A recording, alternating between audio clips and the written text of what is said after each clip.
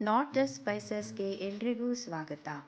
ಇವತ್ತು ಈ ಬೆಂಡೆಕಾಯಿ ಸುಕ್ಕ ಯಾವ ರೀತಿ ಮಾಡೋದು ನೋಡೋಣ. ನೋಡಿ, ಒಂದ್ಸಲ ಇದು 1 ಟೇಬಲ್ ಸ್ಪೂನಷ್ಟು ಉದ್ದಿನಬೇಳೆ ಹಾಗೂ ಸ್ವಲ್ಪ ಮೆಂತೆಯನ್ನು ಚೆನ್ನಾಗಿ ಫ್ರೈ ಮಾಡಿ, ಆಮೇಲೆ ಅದಕ್ಕೆ ನೋಡಿ ಒಣಮೆಣಸು ಹಾಕಿದ್ದೇನೆ. ನಾನು 6 ಒಣಮೆಣಸಿನ್ಕಾಯಿ ಹಾಕಿದ್ದೇನೆ.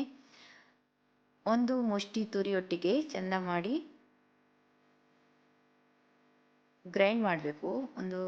ಅದಕ್ಕೆ ಒಂದು ಚಿಕ್ಕದು ಹುಳಿ ಹಾಕಿದ್ದೇನೆ ನಾನು, ತುಂಡು. ನೋಡಿ, ಒಂದು ಬಾಣಲೆಗೆ ಸ್ವಲ್ಪ ಎಣ್ಣೆ ಇಟ್ಟು ಅದಕ್ಕೆ ಸಾಸಿವೆ, ಕರಿಬೇವಿನ ಒಗ್ಗರಣೆ ಹಾಕಬೇಕು. ಇವಾಗ ಅದು ತುಂಡು ಮಾಡಿಟ್ಟ ಬೆಂಡೆಕಾಯಿನ ಅದಕ್ಕೆ ಹಾಕಿ ನೋಡಿ, ಇದರಲ್ಲಿ ಸ್ವಲ್ಪ ರೋಸ್ಟ್ ಮಾಡಬೇಕು ಇದನ್ನು.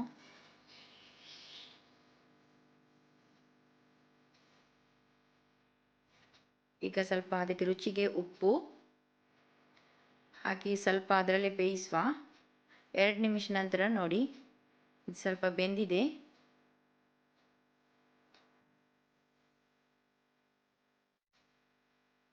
ಇದಕ್ಕೆ ಈಗ ಕಡೆದು ಇಟ್ಟ ಮಸಾಲೆಯನ್ನು ಹಾಕುವ.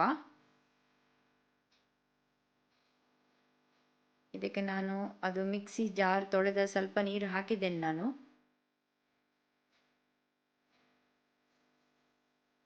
ನೋಡಿ, ಈ ಥರ ಅರ್ಧ ಕಪ್ನಷ್ಟು ನೀರು ಹಾಕಿದ್ದೇನೆ.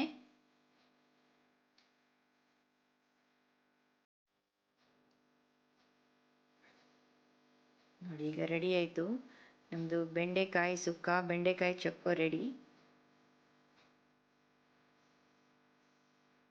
ವಂದನೆಗಳು.